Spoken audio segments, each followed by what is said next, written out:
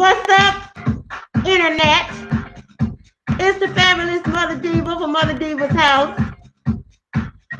And as you can see, I have on my Prince mask because today is the day that our boy, Prince, stepped out of his flesh and into the spirit world. And as you can see, he's on the other side of the screen with his wonderful hieroglyphic symbol and his guitar, raising his hand to the stars. And as you can see, I have snowfall as a backdrop. And there's a reason for that.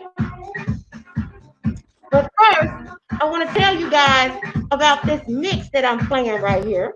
I'm going to take this mask off because I got another one I'm going to put on. This is the remix of Sexy Dancer by my boy, Roy Davis Jr., who is a Chicago house music producer and DJ. He now lives in Florida. And this is one of my favorite remixes. I love this. Oh, hi. People can see this live. I call myself doing a pre-recorded. Well, you know what? I'm just going to have to wing it, honey, because I didn't know people could actually see this. They can see it. And I thought I was doing pre-recorded. So y'all going to have to bear with me because I've been having all kind of technical problems tonight. Okay? Now, as you can see, I'm wearing my house to represent house music. This is my stone house right here. Now I want to put on my other Prince mask.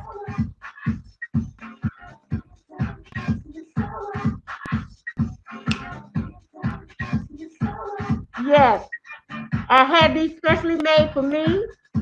We don't sell masks. We don't do anything like that with celebrities' names on it. Now I'm going to turn this music off and I'm going to get right into it. Today is April 21st, 2021.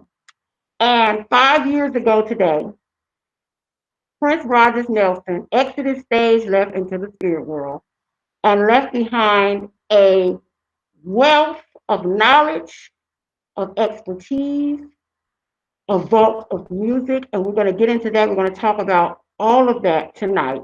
I have some very special guests that are going to be coming on the show to talk about Prince. They worked with him. They were at some events with him, just being in his presence, soaking up the knowledge and all of that good stuff.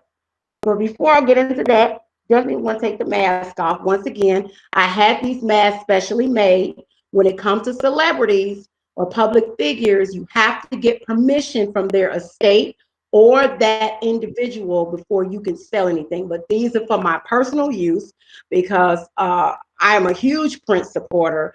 He was so ahead of his time. Of course, everybody knows me from the Michael Jackson community. You know, I love Michael Jackson. That's my man. Okay, but I also love Prince as well. He was a wonderful artist that was very educated and shared so much with us in the entertainment industry. But before I get into his legacy and his life and have our guests come on, I just wanted to share with you all what's been happening up in Minnesota. Now, as you can see, there is snowfall. There's snowfall on my live feed. Why is that? Because Prince wrote a song called Sometimes It Snows in April. And if you all are in the Chicago area, you know that yesterday it actually snowed, which was marijuana day. So it was like Happy Weed Day. Yahweh gave us some snow. And ironically, it snowed the day before the anniversary of Prince taking off the flesh.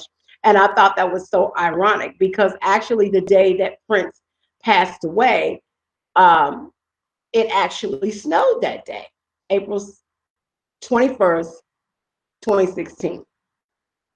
So before I get into talking about his legacy and his life, I want to share some information with you all about things that are going on in the Minnesota area. Now, as you all know, the Justice for George Floyd trial, the verdict came back guilty.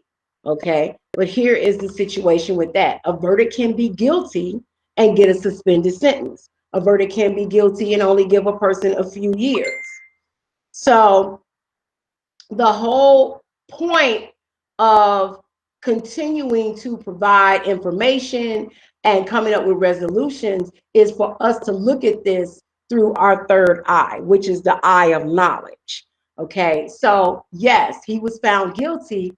However, what is going to be his sentence? Because now we got to wait to sentencing. So remember, there's always a loophole somewhere. I also want to share some other stories about situations that happened up in Minnesota. A couple of years ago, um, there was a Somalian American police officer who was sentenced to 12 and a half years in Minneapolis, Minnesota, for shooting and killing an Australian woman. Based on published reports, the woman called the police because she overheard someone in the alleyway of her residence possibly being sexually assaulted. When the police arrived, she came outside in her pajamas and had her cell phone, and it was very dark. According to published reports, the police officer pulled out a gun and shot her because he felt threatened and feared for his life and did not know that she was holding a cell phone, and he mistakenly thought it could have been a gun.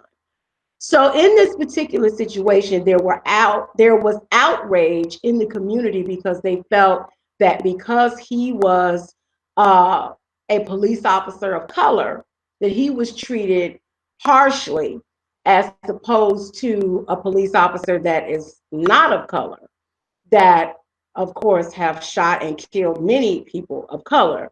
So the question is, are police officers in general trigger happy no matter what race they are, or does race play a role? And I do believe race plays a role. This was a very sad situation, but this was an incident that occurred in Minneapolis, Minnesota. Then you have, of course, the George Floyd situation that happened in Minnesota. Then you also had recently a young man who was killed by a female police officer who claims she thought she pulled out. Then 5 days ago, this is what's all happening in Minnesota. There was a disturbance at a Menards. A customer refused to put on a mask. It turned into an altercation. The customer assaulted an employee with a hammer, which led to the police being called. The police gets there, and it turned into a wild, like crazy. You have to see the video. Apparently, this guy claimed to have PTSD. And he hit the police with a hammer. The police jumped on his truck, trying to pull him out of the truck. He dragged the police. Let me just share with you what one of the comments was on the video. It says, so a black teen jumps in his car and he gets weapons drawn and dies. Comparative analysis. A white guy doesn't get taken out of the vehicle, has the officer reach into the car with him, still in it, has his arm rolled in the window, clinging for dear life, while the driver smashes his car into the other officer's vehicle, drives away and beats him with a hammer and gets taken in alive. Now, this perpetrator has been charged with several felonies, but if you look at the video, you will not see the police, which had looked like a machine gun. This gun was so big, it was one of them, shot off shotguns or something. I don't know what it was, but go look at the video. He did not shoot the tires. He did not shoot at the car. His partner was being dragged, and they did nothing but just apprehend this guy. And it just absolutely makes no sense. And my whole thing is, I think people should just leave Minnesota. I mean, bankrupt the state of Minnesota and just move. Okay, so we're going to move forward. But the reason I brought this up is because I'm just wondering, based on the kind of individual Prince was, he was so giving, he was involved in so many different charities and giving back and uniting the world and wanting to make a difference in this world and helping so many people. And he helped a lot of people privately, because he truly believed in being humble and not sharing what he did with the world. Because he was trying to follow scripture, and there are scriptures in the Bible that say when you give back, when you do something for somebody, don't necessarily broadcast it all over the place. So he did a lot of things anonymously and did a lot of good privately. One of the initiatives that I know for a fact that Prince took on was providing solar panels and being a part of the green community for disenfranchised and low-income families. I know that Van Jones often talked about that. Him and Prince were very good friends.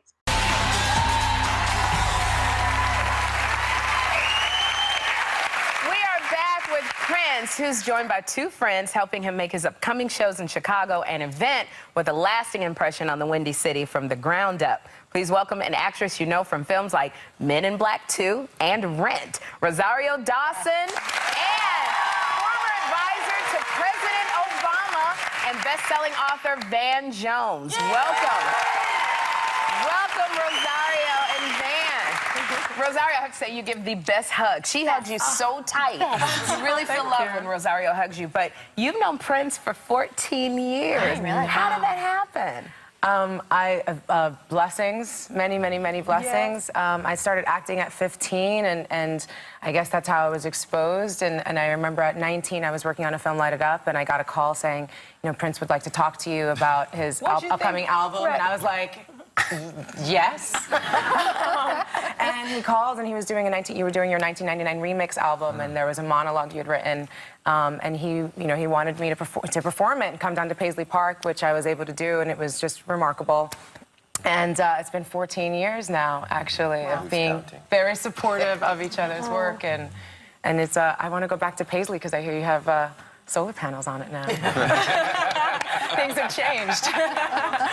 Going green. Yeah, and we were talking a little bit about the grassroots organization that you started. Was it a year ago? About a year called ago. Rebuild the Dream. Rebuild the Dream. And we know Sherry mentioned that Prince, you're going to be performing. Is it 3 concerts, right, there in Chicago? Can you tell everyone a little bit about it? I want to hear the guts of it from you. Yeah, well, I mean, Rebuild the Dream. We're just trying to keep the middle class and working class from just getting devastated. You know, people are graduating off a cliff every spring with student loans, no jobs.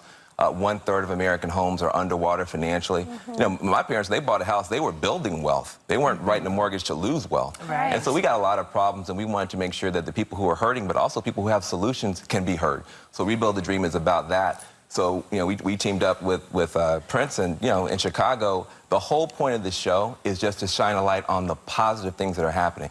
You know, the strikes, got a lot of people upset. You also teacher have strikes. teacher strike. Right. And you also have 55 murders. 55 people died in August alone in Chicago. That's what's on the news. In Chicago, you have people with real solutions, and they're coming together at this concert. When the people come, it's not just about the music. It's about the solutions. It's about people being neighbors again, coming together, helping each other. So That's they're the only way we're talking, gonna they're leaving with like a number of somebody or a contact, something to like further maybe their career, some sort of even bit of hope, right? That they can maybe get in touch with this person, find a job. That's great. Grassroots. I mean, the thing about it is when you have a searchlight like Prince, he's not red, he's not blue, he's purple. He's above politics. He's above all that nonsense. He's above all that. Prince, and I'm sure people come to you all the time to support their charity. So why did you decide, okay, this is a charity I want to support, I want to team up with Van, I want to team up with Rosario for this one? Well, mainly, like Van said, is that it's not political. We're at a place now in this country where we're going to have to work together and stop looking at each other's affiliation and start taking care of each other. I mean, it's desperate times. Well, you probably don't know this, but this is not the first time. I mean, Prince does a lot of charity. I'm not going to say what it is. I'm just going to say that you do it. But please do. Because a lot of people don't realize that he's not just there performing. He's helping folks in various ways all the time. This is a remarkable young man, I was going to say kid, but you know. I know Rosario wants to brag on him too, but I mean, the thing is, he's a person of faith. He's a Jehovah's Witness. He's a witness for Jehovah. So he can't go around bragging.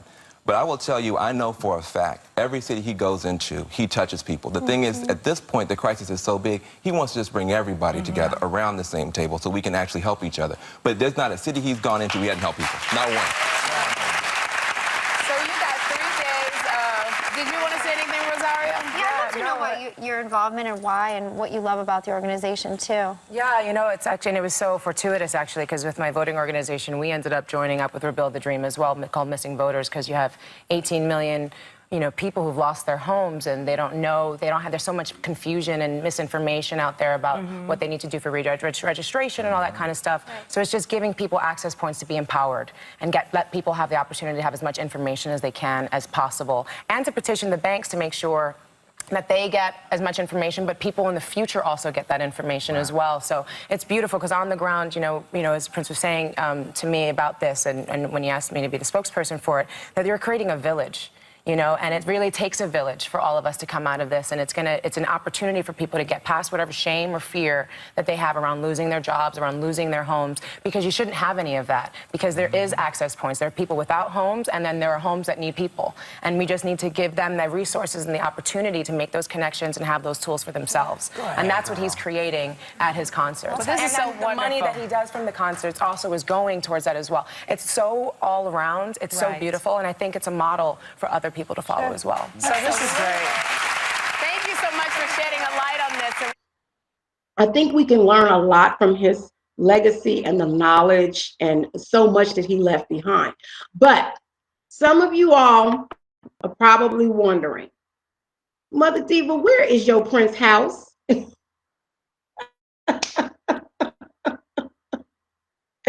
Well, unfortunately, I lost my Prince house. I was at an event and I left it there by mistake. And I talked about this on my live feed last year when I did my Prince tribute last year. I always do a Prince tribute on the day that Prince got out of the body, because Prince said that he would party when he dies, and no one really dies. They just transform into a different existence. But I just want to show you a video of me actually wearing my Prince house, because as a Madam Ambassador of House and Electronic Dance Music, I wear these houses to represent house music. This is actually my little stoned house, rhinestone house. I actually have houses that are more gaudy, more bigger than that. But I just want to show you this video really quick.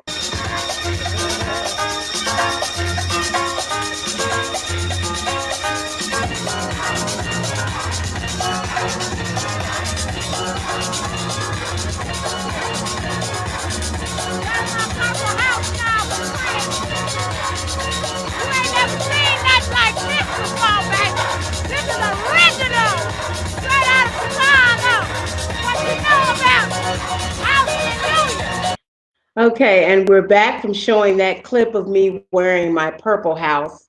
I've been having a little bit of technical difficulties, so I'm kind of going to have to maneuver through this and go back and do some editing. But moving forward, I have a very special guest that will be joining us.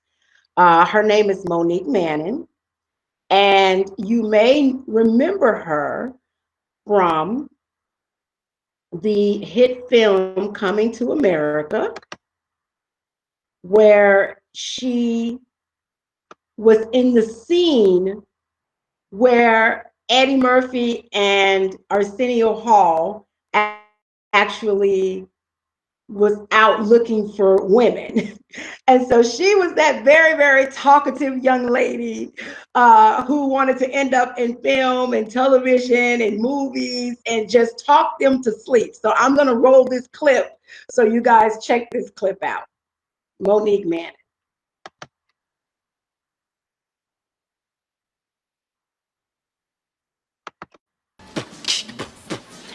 My name is Peaches, and I'm the best. All the DJs want to feel my breast.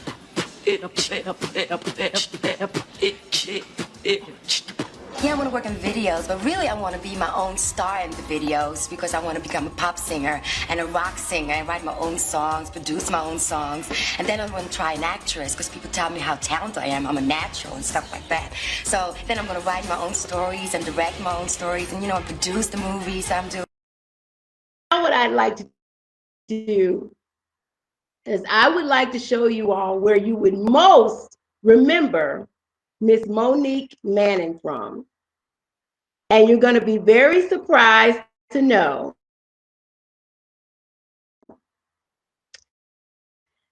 that Monique is the girl in The Prince that coming up right now.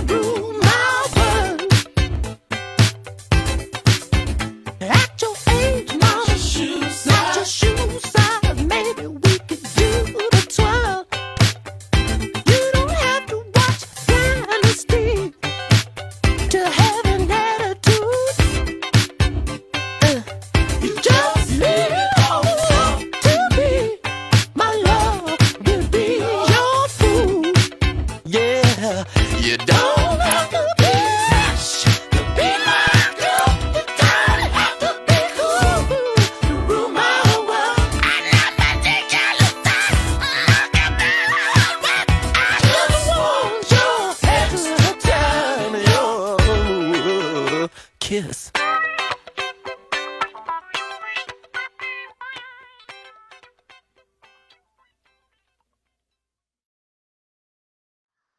Yes, well, that was absolutely amazing.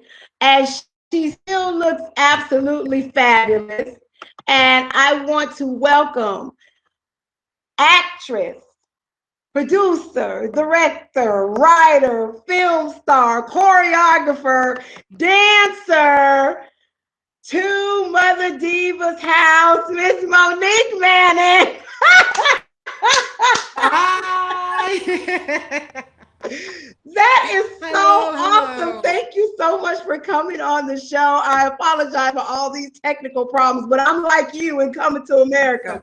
Producer, writer, actress, makeup artist, wardrobe. I do it all. Hey, you have to be a triple threat minimum. You have to be a triple threat minimum. Yes. Thank you so much for coming on the show. I know today may be a little bittersweet because, you know, we lost Prince 5 years ago today. But I also know that you're actually celebrating the 35th anniversary of that video. Really? I did not know that. Whoa. Well, it came out, the song came out in 86.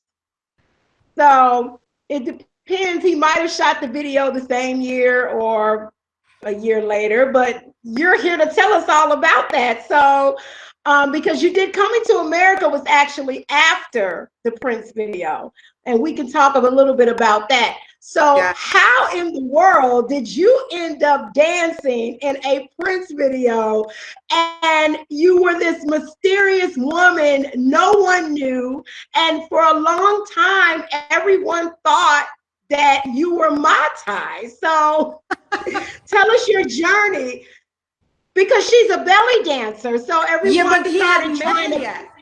He hadn't met Yeah, her. he hadn't met her yet, but you know how people are. They start putting pieces together and start coming up with all kind of stuff. So tell us how you got into the entertainment industry and how you ended up meeting Prince and being selected to be in the Kiss video. You got it. So I'm from Surinamese, Dutch, and I won a dance contest in the Netherlands, and the prize was a trip to New York. And I was only 15 and a half. Wow. Yes. And so I went to New York and I saw Alvin Ailey perform. I saw Broadway Dreamgirls. I saw Bob Fosse's dancing on Broadway. And I was just like, oh, the pearly gates of dance heaven opened up for me. I was like, this is it. This is where I have to be. So I went back and then I came back and my mom was like, you are underage. I'm not supporting you. She tried to scare me. And I was like, Mom, no, Oh, but I have wow. to be here. I have to be here. I have a 16-year-old daughter right now, and over my dead body, she's gonna go to New York by herself. But I was like tunnel vision. I was like, I'm gonna dance. I'm gonna dance. So In when New you went to York, New York, you were 15. You were 15 when you went to New York, but you weren't alone. 15 Did and you a have a half. chaperone? Yeah, I went with my dance teacher was her chaperone. Yeah. Okay, wonderful. Yeah, I went back a year later and I went to Alvin Ailey and I was like, hey, I want to dance with you. And the director at the time was Dolores Robinson. And she was like, do we want you? And I was like, I think And so you had to audition? Yes. Did you have to audition? Yes, so Okay. I got a scholarship, and I had a scholarship at Joffrey Ballet and Martha Graham, and I was like trying to do all three at the same time. And it wasn't Wow. working out because it's too much. Because they were all like in a triangle in New York, and I was walking everywhere. You know, got to save them coins, and and finally, Yes, you got to save those coins. finally I had to make the decision, and I chose Alvin Ailey because Alvin Ailey had the Graham, had the ballet, had everything, had every one stop. And so that's where I started out, and then I broke out. I did concert dancing in New York, but then I got a chorus line, the movie A Chorus Line. I did that. Half the cast was from Los Angeles, and they were like, "You need to come to LA because my butt cannot sing for nothing." I was cracking up when you were showing the Coming to America video, and I'm going to sing. I'm going to be stars and sing. I'm like, no, I can't sing for nothing. Anyway, and so I went to LA, and my agent that I met over the phone through somebody on the cast member of Ailey. This is Julie McDonald. She started the first dance agency. She picked me up from the airport, and then she submitted me for the Prince video. I went to the audition, and we auditioned, and then I got a call back. And on the call back, they had just the people that they called back dancing again, and it was videotaped. Prince wasn't there. It was his manager. Okay. The director was sitting there, and the choreographer wasn't even there. And yeah, he was. Yes, he was. And then I get the call. I got it, and that was it. Wow. So what was it like actually working with him? You know what? I really had an amazing experience. I cannot say anything that because we had a really great connection. I met him and it was literally like, hey, how you doing? Nice meeting you. Looking forward to working with you. And that was it. And he looked at me like, is she out of her freaking mind? Doesn't she know I'm Prince? But I wasn't tripping over that. To me, it was like, let's go to work. But because of that, it made him relax. And we had an amazing 2 days. And I would sit down and he would just come over and start talking. I had an incident that I was on the phone with my girlfriend, and he was like, one of my girlfriends, and he was like, who are you talking to? And she was like, oh, put him on. She was a huge Prince fan. And she got on the phone and she didn't believe it was Prince. Wait a minute, wait, you were on the phone. They didn't, what? Wait a minute, wait. They didn't have cell phones back then. What, you was on a landline talking to your friend while you trying to do a Prince video? Payphone. Oh, you was on a payphone.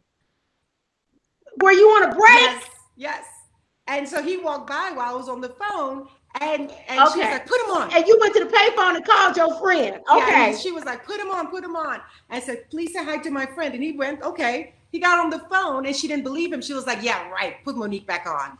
And so I get back on the phone. She's like, who was that? I said, that was Prince, idiot. What? Put it back. What did he say to your friend on the phone? And so then what did he say to your friend? He was like, hi, this is Prince. What, Monique, what did he say to your friend over the phone? What did he say to her? Hey, this is Prince. And she didn't believe it. She was like, yeah, right. Put Monique back on the phone. And then, now I want to talk about this particular.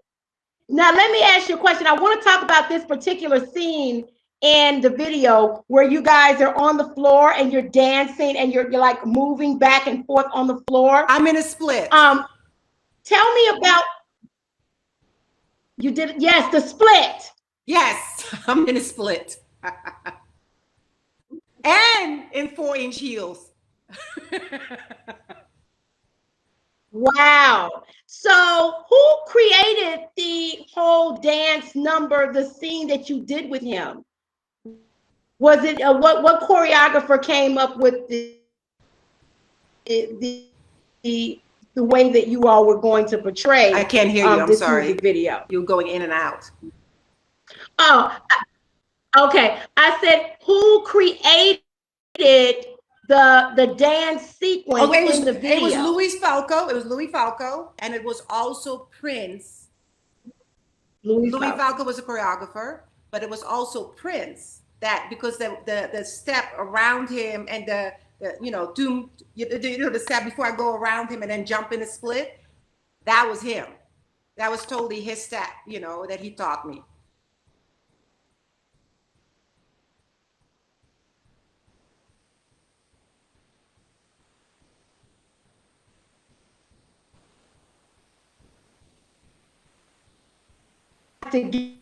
Together on the split screen. Yeah, because I wanted people to see it. So how long did it take for you guys to shoot this video? 2 days. And you're gonna love this because you're a Michael Jackson fan as well. It was shooting right next door was Michael Jackson shooting Smooth Criminal on the soundstage next door. What? Get out! You gotta be kidding me. Because I know all the dancers in Smooth Criminal. Yes, so cool. First of all, let me tell you what I learned from Prince, Monique, because Prince was the type of individual. What I learned from him, and I actually stopped using the word. The word fan comes from fanatic, and Prince told a story one time about how there was a fan who connected with him, and he wrote to her, and she wrote to him, he wrote back, and that's when he learned to kind of just be really careful with fanatics, because it turned into becoming a problem for him with this young lady, I guess she got a little too fanatic.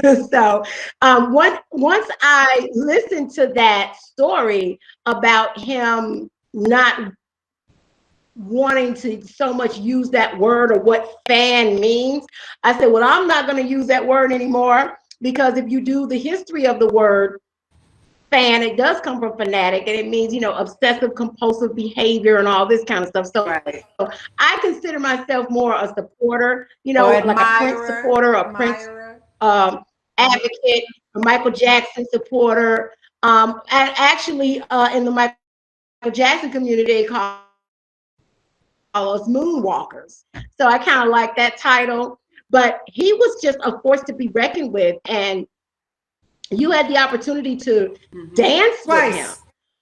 So you said that he taught you. Yes, I worked with him twice. Oh, you danced with him twice. When was the second? Graffiti Bridge. What was the second time? Graffiti Bridge. Okay, so you worked on the movie Graffiti Bridge. Yeah, I was there for like 8 weeks on the Paisley Parks, rehearsing, rehearsed Paisley Parks. Pretty amazing setup this man has up there. He has a. I'm gonna have to go back and look at that movie. Now you're gonna make me watch that movie. Excuse me? I said I'm gonna have to go back and look at that movie. You're gonna make me watch that movie again. Yeah. That was, Yes. So what? I didn't hear you. You said you were talking about Graffiti Bridge. The off-scene things that were happening when we were shooting the movie was more exciting than the movie, because every time, like after the day shoot, they would go and jam. Stop it. George Clinton, Terry Lewis. Oh yeah, it was a jam session. Always a jam session. That was amazing. So in Graffiti Bridge, where can we find you in Graffiti Bridge? Oh, I don't know. Like what scene are you in? We remember he owned a dance club. He owned Glam. We were the glam dancer. Glam club. He owned Glam club or something like that. Okay. We were the glam dancers that always around him. Okay, you were the glam dancers. Okay, awesome. Yeah. Wow, that's amazing. So let me ask you this, Monique. What do you think, based on your experience with him as a performer, what do you think his take would be on the energy of the country right now and where we're at? Because he was so ahead of his time. Oh, the energy of the country right now. Well, especially in his home state of Minnesota. America has shown us who they are, and I just, it's heartbreaking, the pandemic. A lot of people lost their livelihood. A lot of people lost their homes. A lot of people lost loved ones. It's really a heartbreaking time right now. But I'm hoping and praying that this is also a time that people will find to come from love, come from gratitude, and just, I don't know what else to say but to surrender to whatever, the higher power, whatever. I believe in God wholeheartedly. And so, because it's out of our hand. Absolutely. It's out of our hand. This is not normal, it's completely out of our hand. So I've just been exhaling. As a matter of fact, right now I'm in Utah, in a little Swiss town, exhaling again. And because I came here also in last year, June, because it was so heartbreaking. It was so heartbreaking. I just had to be around nature and mountains and creeks and just to exhale, because it was just too many people passing, too many people getting sick. It was just, I was afraid to go on Facebook, because every time it was like my mom, my daughter, my sister, it was just constant. And it was just like, oh, I can't. It's too much. Yeah. And I definitely feel that he was the type of individual. I mean, if he was still in the flesh today, he definitely would be out on the front lines, just trying to help as many people as he could. Right. He'll be doing because he live was stream that. shows. I And tell you what? that much because you can't stop him. Oh, He would do yeah. Oh, live definitely. I stream mean, Prince shows. was actually, yes, he was actually the first artist to actually play his music, to sell his music on the internet. Before the internet became very popular, you know, it was always about him making sure that he owned his masters and educating other artists in the industry. In fact, I'm gonna show some clips of him talking about the internet and just different clips of his wisdom, his knowledge. He was such an amazing, amazing artist. And I want people to take a look at the life of Prince. You would admit yourself an unusual personality. Depends. I mean, well, let's say you're different. As compared to what? As compared to most people in, let's say, show business, you're an unusual person. Most people don't get famous with one name and then change it, right? Would you say? What's the story of that, by the way? Well, I had searched deep within my heart and spirit, and I wanted to make a change and move to a new plateau in my life. And one of the ways in which I did that was to change my name. It sort of divorced me from the past and all the hang-ups that go along with it. I was, as it's been well chronicled, in deep dispute with my record label. And Which is Warner Brothers, right? Yeah. Which owns this network, I might add. Just oh, they do? Yeah, what? We had some issues that were basically about ownership of the music and how often I was supposed to record and things like that. We got along otherwise. We just had came to head in those types of. So there was no clash over what you would record or what kind of music you were singing, etc. No, none of that. No creative issues whatsoever. And they were gracious enough to allow me a very wide palette to, put colors onto. But about the highest risk one would think someone who gets famous would take is to drop the name that got them famous.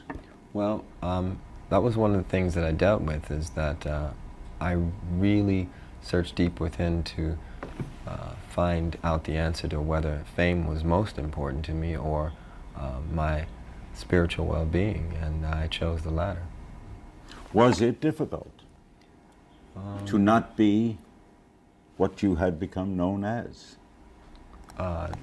You mean? I think, well, let's say the only other famous person I know who did this was Cassius Clay. He's a dear friend, and he changed his name to Muhammad Ali as heavyweight champion of the world. That was incredible. To change your name, that was due to a faith belief. But he wasn't selling records. He was in the ring, and as long as he won, it sold. You, though, a person in show business, is almost dependent on recognition. You stopped being Prince.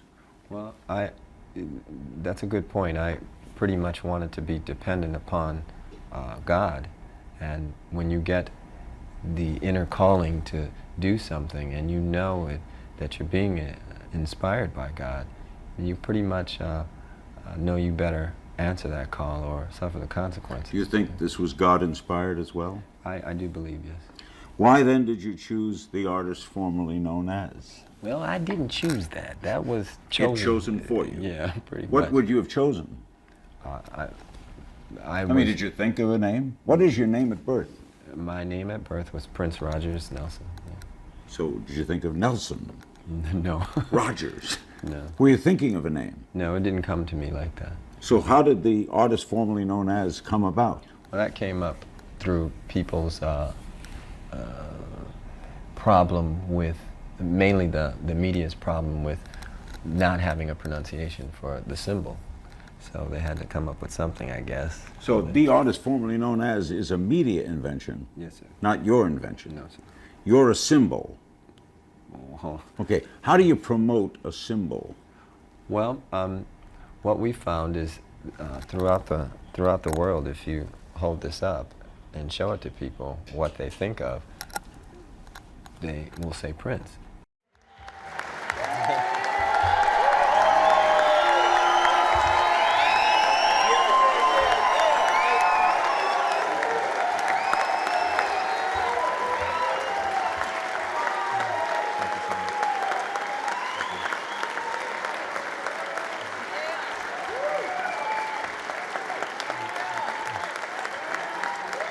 Please be seated. Thank you.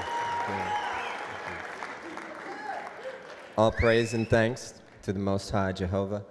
Thank you, Alicia, Andre, and Big Boy. Much respect to y'all. Thank you, Rock and Roll Hall of Fame. This is definitely an honor. I don't want to take up too much time, but I would just like to say this. When I first started out in this music industry, I was most concerned with freedom. Freedom to produce, freedom to play all the instruments on my records, freedom to say anything I wanted to. And after much negotiation, Warner Brothers Records granted me that freedom, and I thank them for that.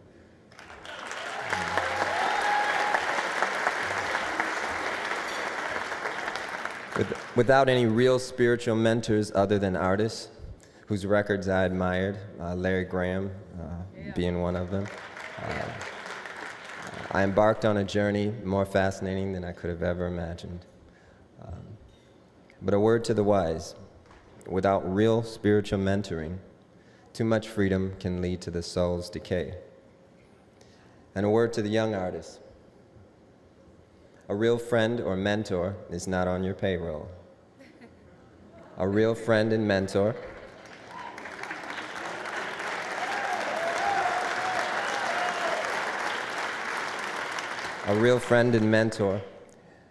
cares for your soul as much as they do their own. This world and its wicked system will become harder and harder to deal with without a real friend and a mentor. And I wish all of you the best on this fascinating journey. It ain't over. Peace. Yeah.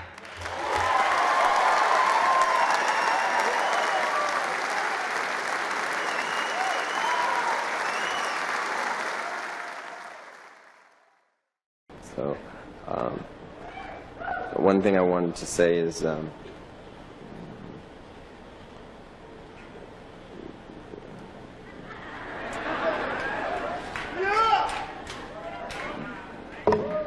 don't be fooled by the internet. It's cool to get on the computer, but don't let the computer get on you. It's cool to use the computer. Don't let the computer use you. You all saw The Matrix.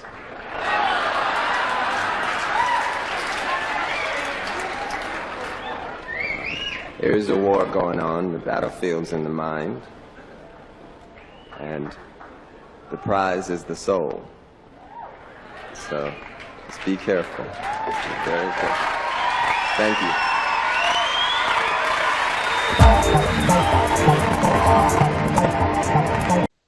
Okay, so now we're back.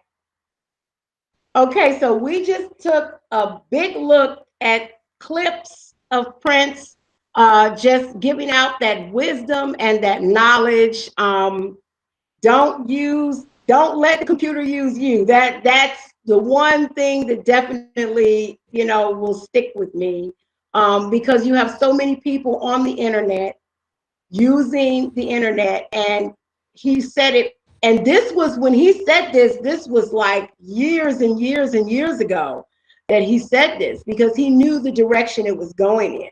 He was such ahead of his time. Let me ask you this, Monique, when you were working with him, were you like a sponge just soaking up his energy and his knowledge? Was he kicking the knowledge back then, when you guys were working together? Sadly, because I was so young, you take it for granted. And okay. Really, it didn't hit me. It didn't hit me how brilliant, how blessed, and how how amazing to be chosen by this brilliant man, right? It didn't hit me until I found out the day that he passed away. And I'm not a crying person. And just like that, it's like almost like a truck hit me, and I just started bawling. And I was like, oh my goodness, I'm part of history with this man. Wow. This is it. And I think that's when it truly hit me. It didn't hit me while I was working with him. And I've always done that with all the jobs I've done. Hey, how you doing? Tina, when I met Tina Turner, whatever, Sting, whatever. Right. It was like, hey, what's up? How you doing? Let's go to work. Yay. And it's so, looking back, I wish I would more of age to really appreciate it, because I didn't appreciate it until it was too late, you know? Yeah. Well, let me ask you this question. Is there any pivotal moment in when you all worked together that kind of touched you in a way, or can you tell us something that the one thing that maybe he did that Yeah. would always stick with you? Share that. Well, when we were doing Graffiti Bridge, right? And because I had worked with him before, so for some reason he only communicated with me as the only dancer, except for his, you know, his Miss you know, Cat. Tony, Yeah. his crew, and so he Right. would communicate even through me to let the choreographer know what he wanted. The choreographer was Otis Ali, and he was like, I want da da da da da da, and you know, he talks very soft. And I would go to Otis, or I would go to the, you know, and tell Otis what he wanted. So one day he invited us, and he said to me, he said, "Can tell the dancers that I want them to come." He invited me to come to a party. So we went, and you know, it's Minneapolis. It was February, snowing, cold. Oh, there's the snow. And you know, that Was time the video let me ask you this, Monique, was the Kiss video and Graffiti Bridge, was that shot in Minneapolis No, Kiss was or shot Los Angeles? Kiss was shot in Los Angeles, in Culver Okay. City studio, and Graffiti Bridge was shot at Paisley Park. The entire movie? Entire movie. Wow. He has a makeup room. He has a stage. Yeah, I saw Paisley Park has everything. It's like its own little city. Yes, so he has sound stages. He has rehearsal spaces. It's a one-stop shop.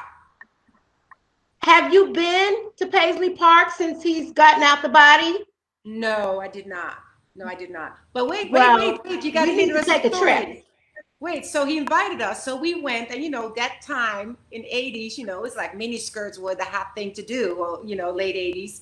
And in Minneapolis with a mini skirt. And his security guard would not let us in.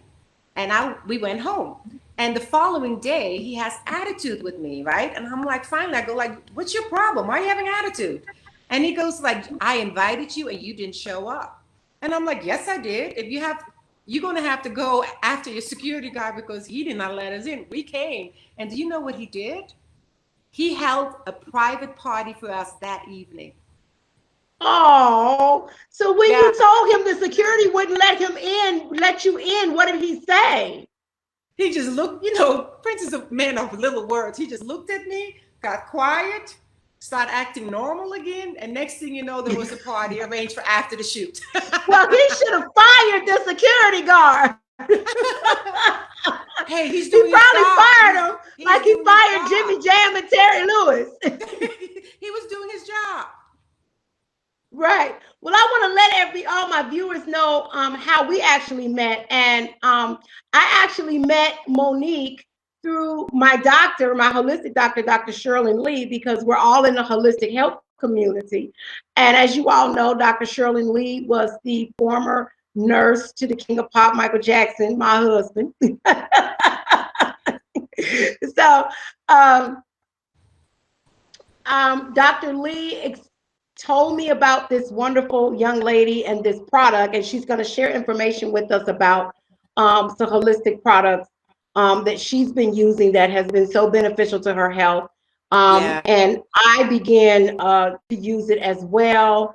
I'm still on my journey, and I want you to tell us what you're doing now, if you're still in entertainment, or is your prize baby been this holistic healthcare journey?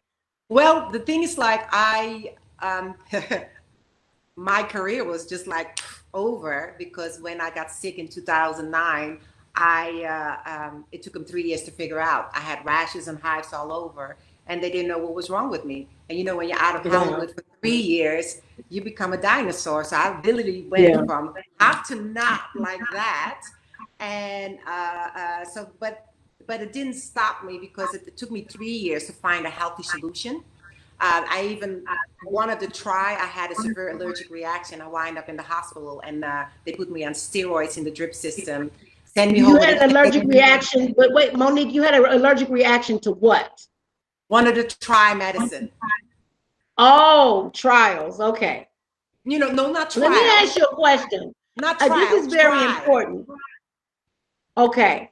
Well, what I want to ask you, Monique, because this is very important, because you have so many people that were at the top of their game in their career. They had a nice income coming in, because there's a difference between being a working performer and a star.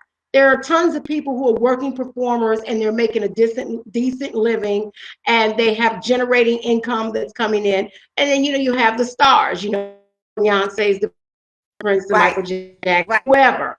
Right. So when you had to make that transition because you got sick, so you pretty much couldn't take any more work in entertainment, did you have a savings set aside? I mean, how did you manage financially? Oh, you know what? I'm one of those girls that I save. I bought my first condo when I was 19 years old. So I've always been like very savvy with money and investments. So I was really good. And then I was blessed enough that I married an amazing guy. And, we were a brilliant team. So when I met him, I made more money than him. And not that I was the breadwinner of the house, but the thing is, I made more money than him. And then it made a shift. And that's what team players do, right? When you team, you partners, that's right. You support one another. It's just the way it is. So when my rug was pulled from underneath me, he had my back. And thank goodness I had stuff still that was getting residual income coming in, from films, from commercials that I had still running. And then right after, in the midst of it, I produced a short film, and that was in the Pan African Film Festival. And then I was introduced to this natural, healthy solution, what Dr. Lee was telling you about, what she's so excited about as well. And it's a difference between supplementation and activation. It's basically waking up your own body to do what it's supposed to do. Like, say, it's almost like it activates your body like it's a director, and it directs, like, okay, you go over there, you clean up there, and you make it go down, you make that go up, and like you have now a director inside of your body directing and putting your body back in balance. And what your body will do, what your body is meant to do in the first place. Right? Because when you have an apple and you cut an apple in half, and you leave it outside, it starts browning, right? It gets brown. That's the apple. I'm just changing math. Yeah, I see it. They're fabulous. And the apples start browning. It's the oxidation that's happening to the apple. And that's the same process is happening inside of our body, because our body is being bombarded by 300 trillion free radical damage. Free radical damage is everywhere. What is the name of this product? You breathe, excuse me? What is the name of the product, and how can people get more information about it? Well, they can go to my page, MoniqueMannen.com, and then I have information there, or they can find me on social media, Monique Mannen, but definitely MoniqueMannen.com. And then what's the name of the product? It's called Potandem NRF2 activation. So it's a new science called NRF2, NERV2. And what NERV2 is, like, if you go to PubMed.gov and put NERV2 in the search, you're going to see hundreds of thousands of studies on it. Because now, even what did you say? Go to where.com? PubMed.gov. PubMed.gov. P-O-P. PUBMED, publicmedical.com. Okay, PubMed.com. I'm gonna put that in the feed. PubMed.com. And then what do they need to type in the search? And then you put NRF2 in the search, and you're gonna see hundreds of thousands. N Nancy, R as in N as in Nancy, R as in Robert, F as in Frank, and the number 2. NRF2, called NERV2.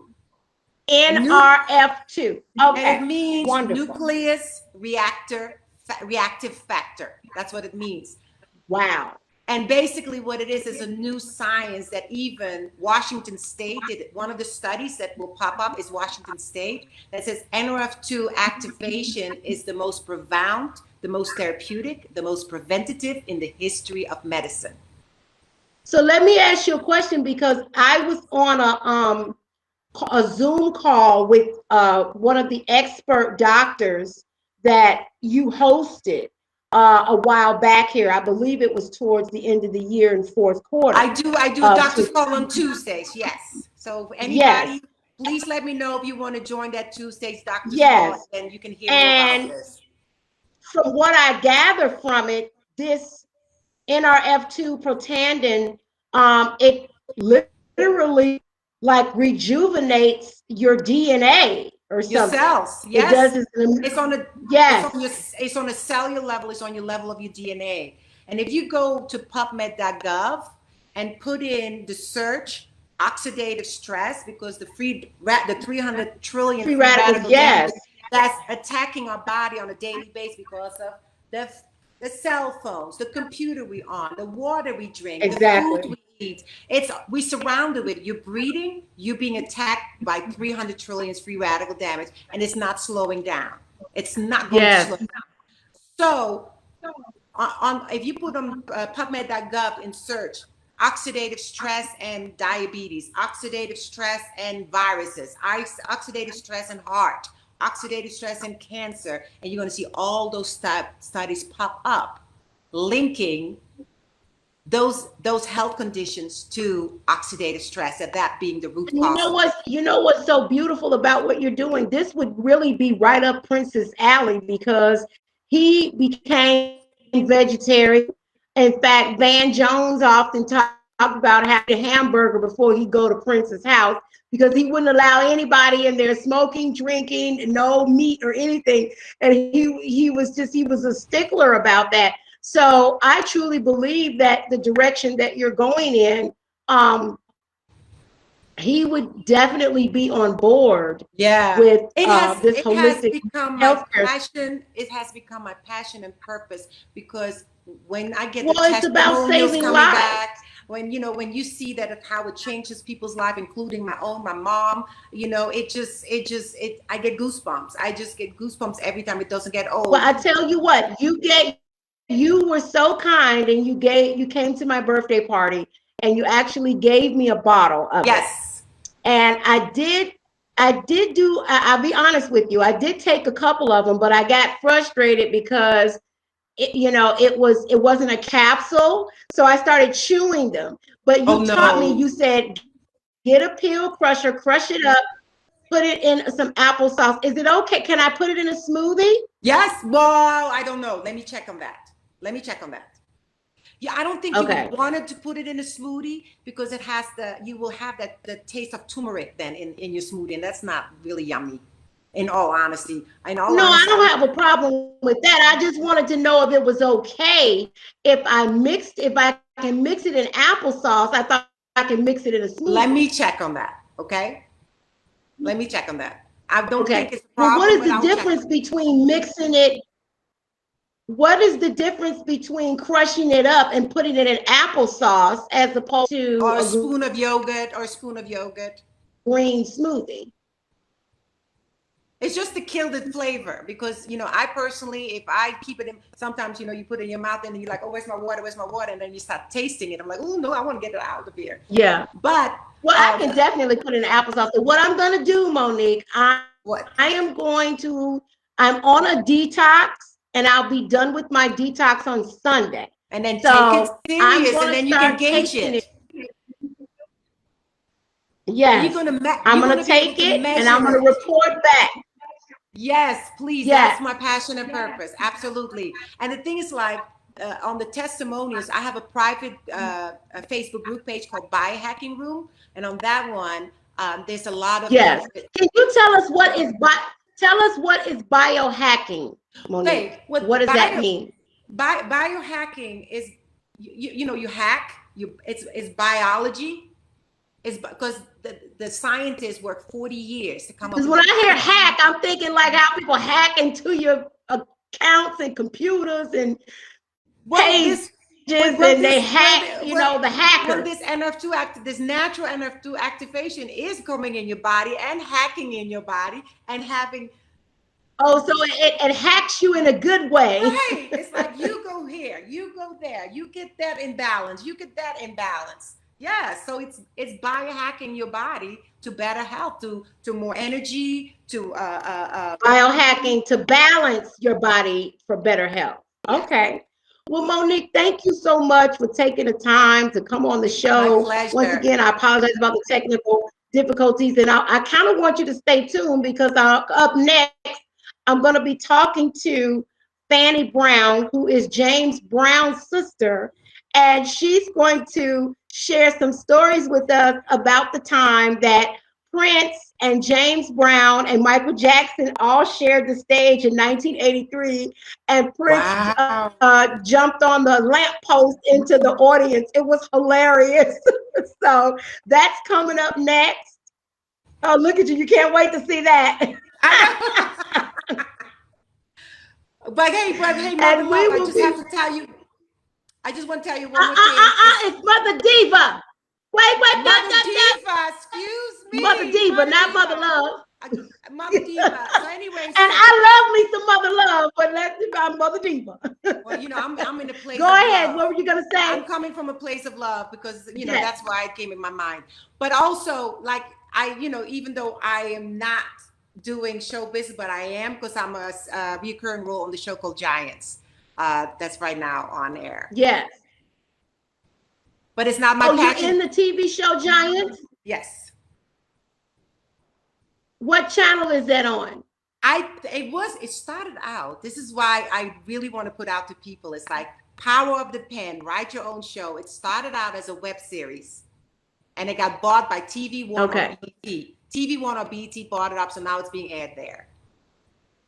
I'll find out and I'll let you know. Oh, and what character do you play? What character are you on Giants? I play the mom of the lead. Okay. Well, we have to definitely look out for that. It's a great show. So I want to thank you again so much, Monique. It's a great show. Check it out. It's a really great show. Great acting. Yeah. For those of you who don't have TV One, you can download the TV One app. I definitely love that channel. And I'm definitely going to be looking out for you. We definitely want to follow up with you and have you come back on the show. And I want to thank you so much for coming on and sharing your legendary experience working with Prince. For those of you who just tuned in, we have Miss Monique Mannen, who is also known as the Kiss Girl in the Prince video for Kiss. And she also portrayed the very chatty, talkative young lady in the movie Coming to America. That was hilarious. I love that. We're going to definitely have you come back and talk about that since Coming to America 2 has just come out not too long ago. But we up next, we'll be chatting with Miss Fannie Brown, James Brown's sister. You all stay tuned to Mother Diva's house. Hallelujah. Bye, Mother Diva. Looking for a relaxing, serene place to get away and experience the heart of nature? Come on out to the Shack in beautiful Jugville, Michigan. Enjoy peaceful surroundings with premium farm fresh goods. Enjoy a cozy log cabin style room or suite with a luxurious, relaxing, heart-shaped jacuzzi bathtub. Enjoy complimentary breakfast with all the fixings and complimentary dinner with a variety of entrees. Love that dressing. Don't forget, banana split every night at 8 p.m. We want to see you soon.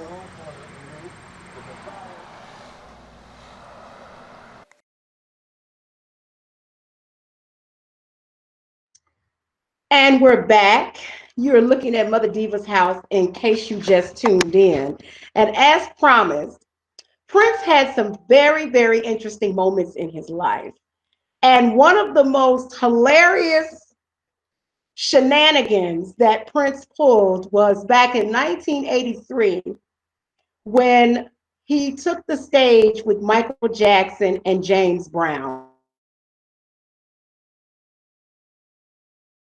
James' sister, Miss Fannie Brown, on the line, and she's going to take us back into that hilarious segment. You guys take a look at this.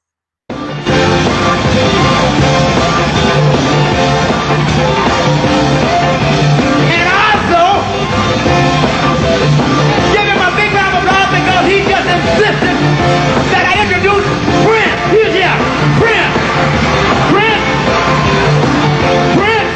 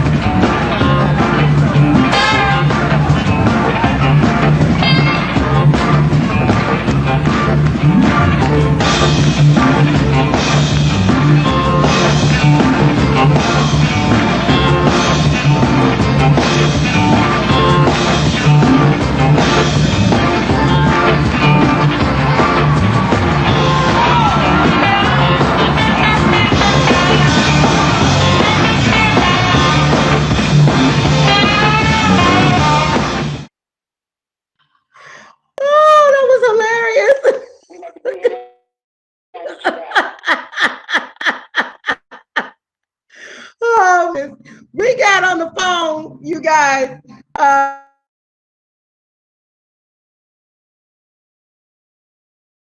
She's been on the road out there trying. I want you all to welcome Miss Fannie Brown, James Brown's sister, to the show. Fannie's on the phone.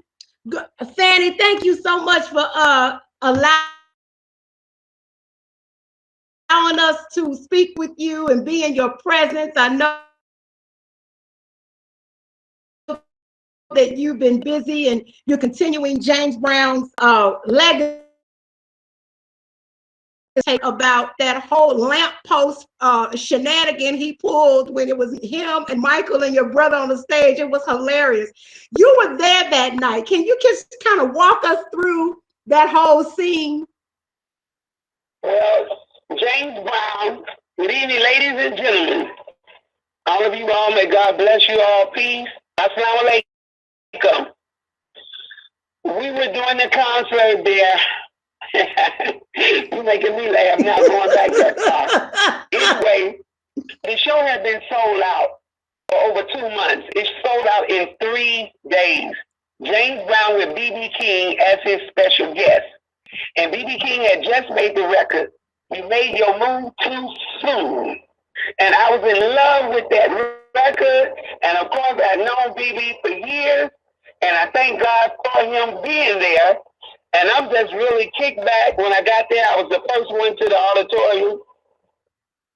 And when I got there, the man walked up to me and he said, "You Miss Brown?" I said, "Yes." He handed me a handful of backstage passes. I guess I must have 1,000 of them.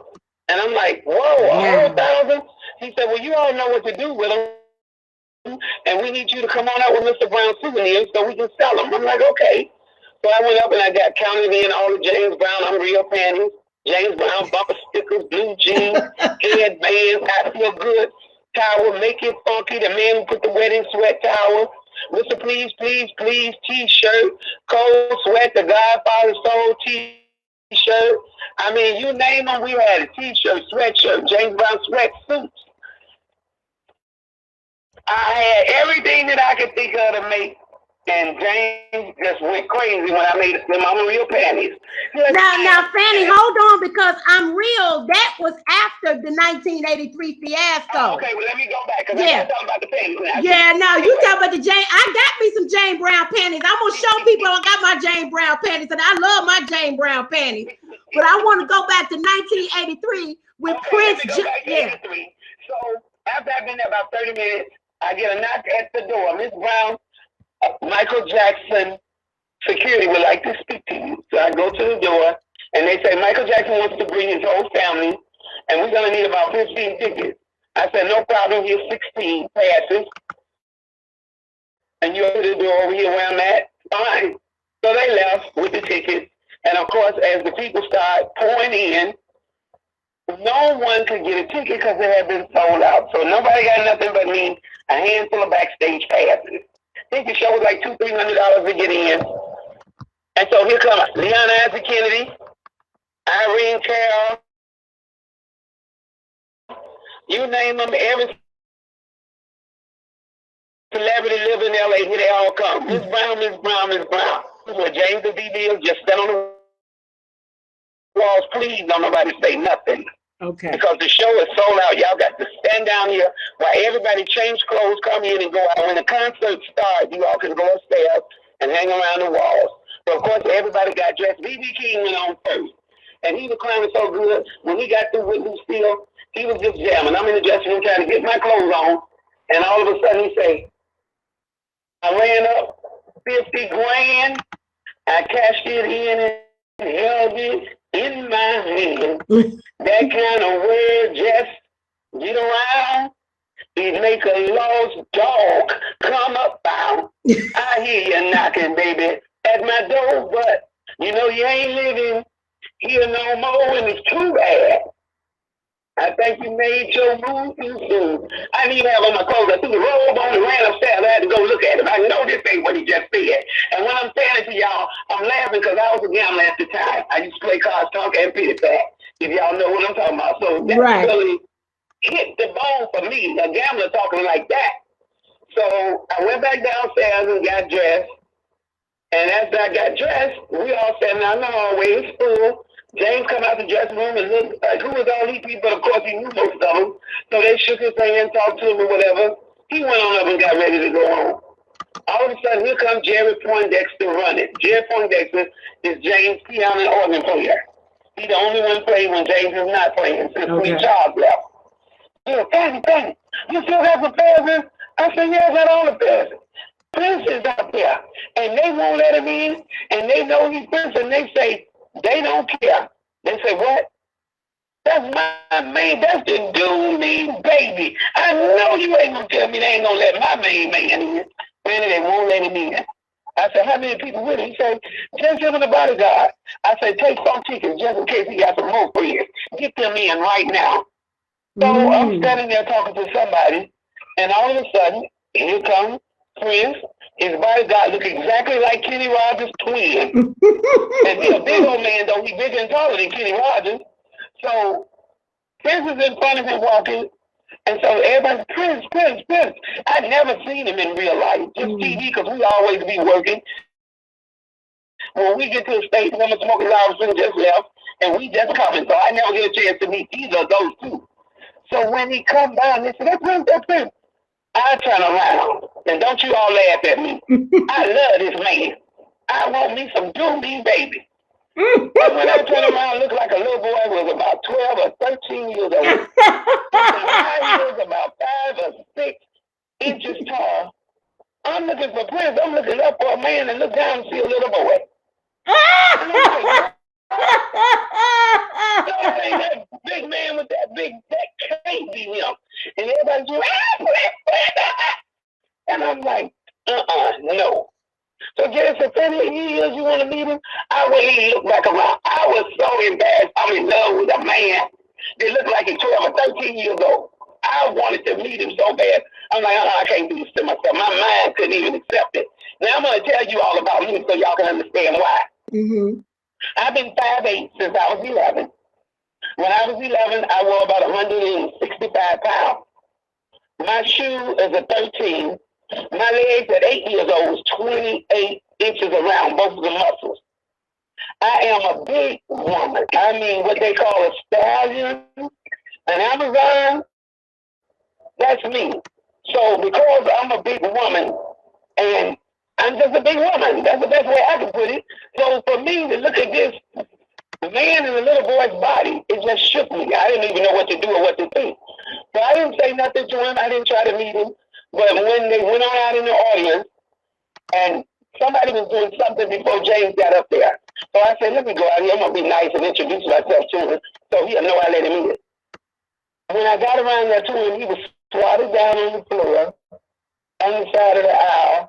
And his big old bodyguard, this big old Kenny Rogers twin, was standing up over him. Yes. And he squatted down like a little kid. I mean, he looked then like he's about 3 years old. He's so little. And so I just stood up in front of him, and I just stood there and looked at him. He looked up at me. He didn't know who I was. And so I didn't even introduce myself to him. I stood there about 10 minutes just standing next to him. I went on back out and went back up on stage. So James had stopped playing and performing, and somebody told him Michael was out there. Fannie let Michael in. So he said good. So he announced Michael up on stage. Michael come up, did his little dance and kissed Martha, and went on back to the background after he told James Prince was there also. So when he telling Prince is there, this big old man picked Prince up and put him on his shoulder and bring him up on stage like he is 6 or 7 years old. On his shoulder. I had never seen nothing so hilarious in my life. And so when he put Prince down and Prince got up on stage and did his little dance and everything, I guess he thought that the props were real. He didn't know it wasn't in real life because both of them usually come to me in a disguise to the dressing room or coming in asking for somebody to bring him on in, tell him it's Michael, and we like, who? And then this is Michael. And I'm like, okay, we're going to get him. So me and Gertrude Sanders, James' wardrobe mission, we'll go get him and bring him on to James. He out there, James, bring him on to the dressing room. So now, he got both of them on stage with him at one time. Okay. Both of their icons. I don't think nobody Michael than me. And I know there's a lot of fans out there that love him. But you all couldn't step on me and Michael when it comes to that.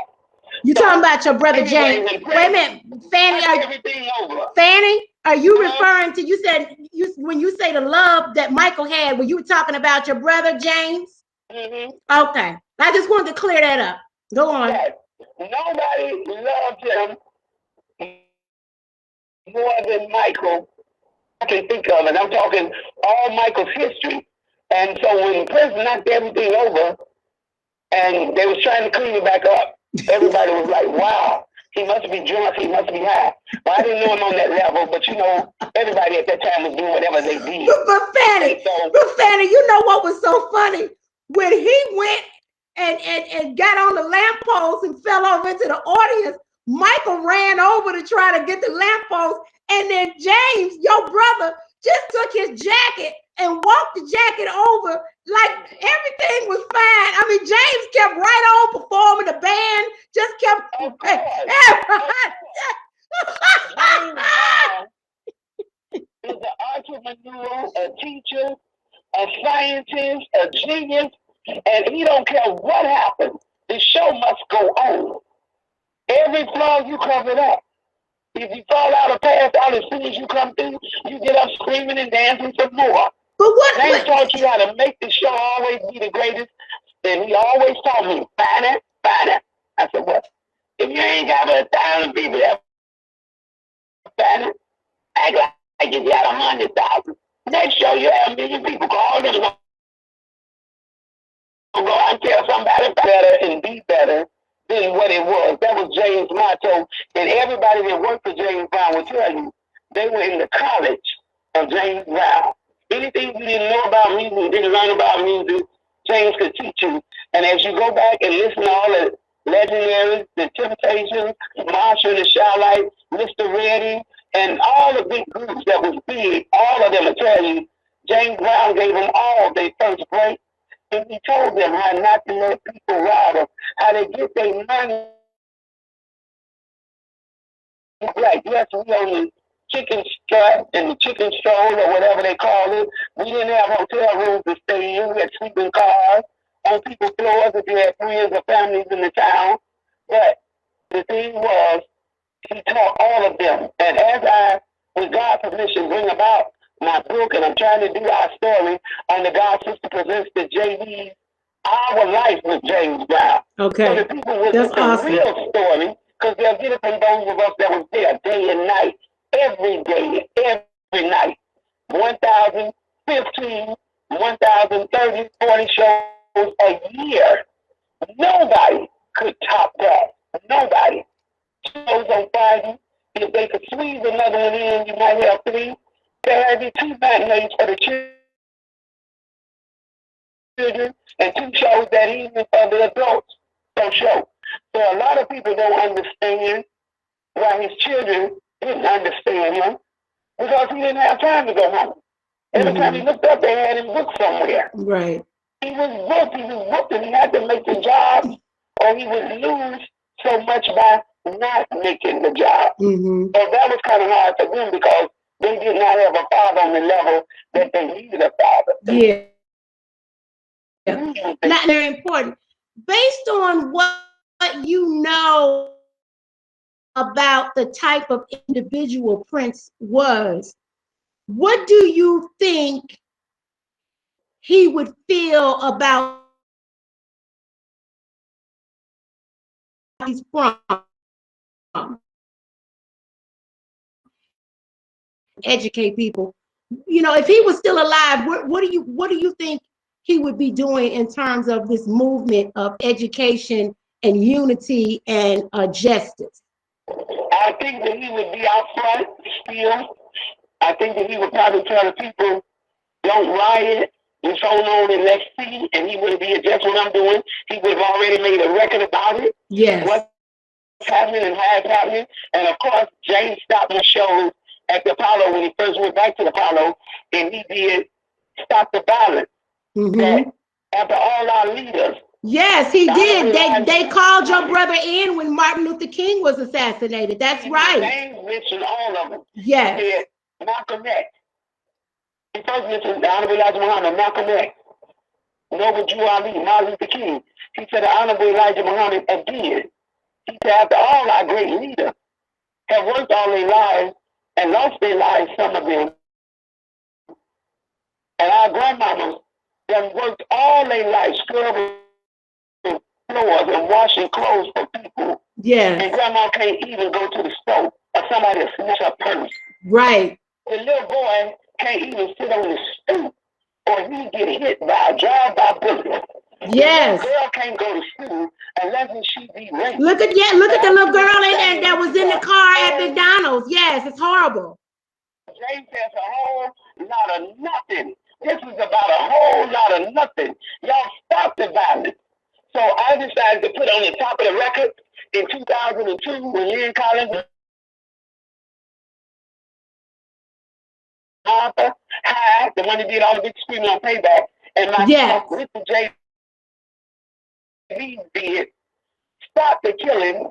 The children, they want to keep on. I got an entourage of what we put together. I did, please put down the gun. Please drop it. And Flavor Flav was doing the drop it on it for me.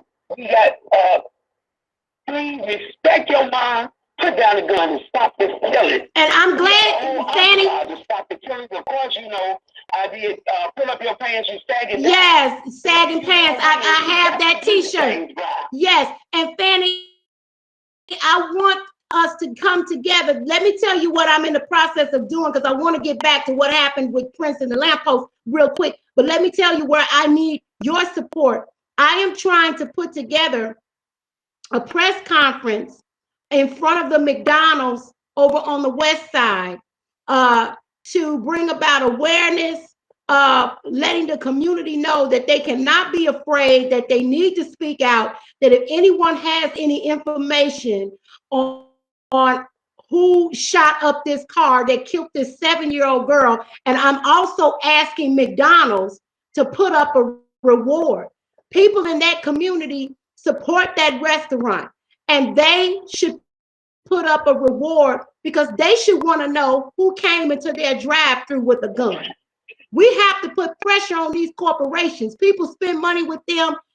It's time for people to come together and unify and police their own community. So I want you to be a part of that, because my granddaughter lives down there, and her and her children are down there. And the little girl that got killed, her mother is my granddaughter's best friend. Oh my goodness! I was just in awe. Oh my goodness! She said, my grandma, she said, when we got back from my job this evening, there was police everywhere. We did not know what happened. And when they told me what had happened, my granddaughter grew up down there. Her mother lived over about 2 blocks off of Ashland on Roosevelt, between Roosevelt and Taylor. When they first put those buildings up, her grandmother on her mother's side was living there. So she grew up down there. She know everybody down there. And when I got there that night, I got there to her right after the shooting, and she was telling me what had happened. And so my goodness. Her baby was 9 years old, and the little girl is 7. So it was a catastrophe for my grandchild and her children to go through that, and to know that it could have been them. Because every time I go down there, they leave, Grandma, come on, take us over to McDonald's. But because they live so close, I just give money and let them walk. And as I listened to all the mothers and fathers that was in a group down at that restaurant, saying it could have been them, it could have been me. Exactly, and that's why we need to get together on this. Yes, and we're gonna follow up with that. But I want to get back before we close out, because this is our last segment. I wanted to kind of end this with, this was such a it was so funny that he just jumped it, you know. So Fannie, what exactly happened? Was Prince just, from I mean, we talked about this a while ago, and the story is he may have been intoxicated or on drugs. He was. Oh, baby, he was blown. He was blown, and that was one of the reasons why I didn't try to meet him. I didn't think he would remember me. Okay, so he was intoxicated. He tried to walk. Are you saying he was drunk? He had been drinking. He was intoxicated. I think so. He couldn't walk up to the stage. The bodyguard had to put him on his neck. So what was the issue with him? Was he trying to do like how some celebrities do, where they jump into the audience and the audience push them up? Was he trying to hold drunk on the lamppost? What was his intention? Now you got the wrong one. Because I don't drink and smoke, so I can't tell you nothing. Ain't none of that about me. I want to eat up everything. I'm the food lady. Right, but so you don't know exactly. Did you know if anybody asked him what he was trying to do with the lamppost, and then it falls into the audience, or was it? But when you did shows before, if there's anything around to make an animation out of, okay, go out and perform and just clown, lay down, do whatever he did as Prince. Okay. Entertain people. He's an entertainer. And I just love the way your brother just picked his jacket up, took it right back over there, walked right back, and kept right on going. It was hilarious. Right. You can't stop the show. Right. But you know what was so funny? What was so funny, Fannie? What was so funny? Michael did good. But James Brown. Yes. But what was so funny, Fannie, is how he sent and what was so funny was how Michael ran over to grab the lamppost. It's like everybody was trying to stop it, the lamppost from falling into the audience. It was so funny. You know, I guess looking at it and how it was set up and everything, and I haven't seen it in years. I just happened to be there, so I know it looked like you were really outside, and like it really could have been, the background could have been real, but nothing was real. And I guess if you changing or whatever, and if you're looking at it as real. So right. I guess in his mind, he was looking at it as really being props and what was there, and it wasn't there. It wasn't there. Nothing was there but a lamp. Everything else was pictures that they used at the Beverly Hills shoot. So that was why you couldn't tell standing there unless you went and put your hand on it. So I think that's all it was. And he thought it was just whatever he seen was real. And come to find out it was not real. It was only cardboard. Oh, so that's what it was. He thought it was a real lamppost, and it turned out to be. Yes. The whole background was all big pieces of cardboard. So while y'all give me good laughing, that's all I can tell y'all about that night. But I had a lot of fun days, a lot of good days, a lot of learning days. And by traveling all over, I had a chance to see that if you black, they really mean what they've always said, get back. I hear you. Well, Fannie, thank you so much. Thank you so much for calling our show. And we're going to follow up with you. Let everyone know what you have available, if you have products that you're trying to get out, or if you have a foundation, let us know tell us about how we can contact you and make a donation or buy some of your products. Okay, the first thing I'm going to let everybody know about, because it's so vital right now, is I have a super hair growth that James gave me, and all of us know James never lost his hair, never. He gave me the super hair growth when I had eye surgery and steroids took my hair out. And he looked at me and said, "Where your hair, Fannie? Where your hair?" And I said, James, the steroids that they had me take 100 milligrams for 10 days in order so they could do the surgery. And I had a cataract, and of course, they removed the cataract, but they also took my right eyelids out and replaced it with clean eyelids, because I didn't even know our eyelids was get dirty until I went through that. A lot of us don't know we should all be wearing some kind of glasses in our lifetime. But we wasn't taught that. We wasn't educated, so we didn't know. When other people wearing sunglasses, we only buy them to look cool. They buy them because they know what harm the sun and the dirt particles can do to our eyes. But I don't want to stay there. I want to go into what I have. The super hair growth. You can take a picture of your head, put it on your hair, and take a picture right then and there. You see all your new hair coming in. Right then and there. That's how fast it grows your hair. And then however the hair was growing. Okay, so how can people get in contact with you to get the hair formula? 815-272-8081. That's 815-272-8081. And I will be putting back up, within a week or week and a half, I'll be putting back up the God Sister Soul. Okay.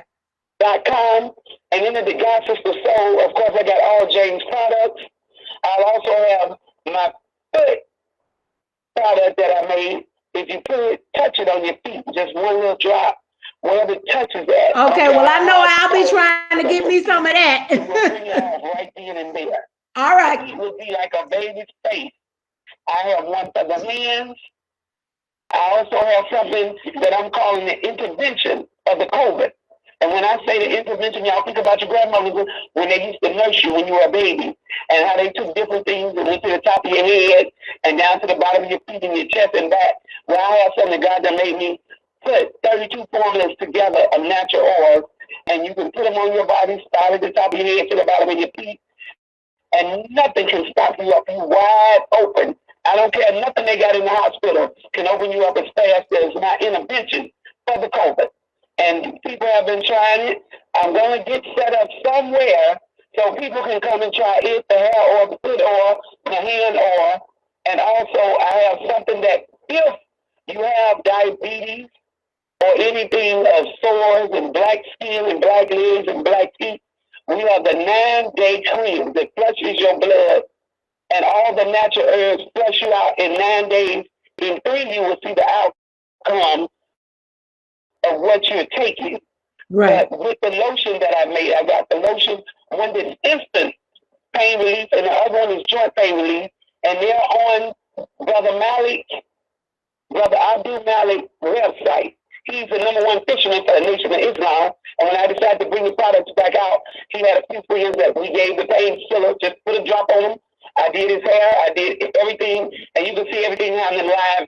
And we're going to start coming around from state to state, place to place, and we're going to be doing, everybody can get a drop of it on them free to see what it's like. And I know a lot of people out there that was at Savings Day 2018 in Detroit, that was at the Women's Expo 2018, 2019. You were with me then, Valencia, at those. And no, I was with you. No, you know, Fannie, people was better than the black people to make your house so pretty. I was, Fannie, I was with you. No, I was with you in 2014. And you just put it on your hair, and you roll your hair in your finger and count to 5. And when you push it off your finger, you got an instant hair curl. Yeah. Yeah, I was with you at the expo in 2014. You know, we've known each other almost 7 years. It's been a while. Right. But anyway, okay, well, thank you so much, Fannie, for calling in. We're going to follow up with you. And I want to thank everybody for watching this very special Prince tribute. And there you have it. The shenanigan lamppost situation that happened in 1983. Now we know Prince thought it was real, and it turned out to be cardboard, and he fell all over in the audience. It was hilarious. It was amazing. May he rest in purple. We love you, Prince, and we will continue your legacy of love, of unity, of education, and of artists owning their masters. I will say this to them. My Eastside Youth Program is a 501c3. Okay. And I want to open it back up to put jobs out there for people them that might like to do hair, those that might like to do massages, those that might like to repair shoes and make purses out of leather and just learn the mechanics of that. Those that might want to do t-shirts, because I have all my own t-shirt equipment with James all the years that we sold his souvenirs on the road. Print companies. I got a lot of other people that want to do a lot of other different things, open stores, build homes. Those that want to learn electric and plumbing, drywall and mud and tape. You all call 815-272-8081. Anybody that want to give a donation. It's the Eastside Youth Program. Eastside Youth Program. The Eastside Youth Program. Call me for the information, or like I said, and we'll put that information. We will put it on. We will put it on the video. Okay. Thank you so much, Fannie. I love you guys. Hallelujah, and see you next episode. Good night.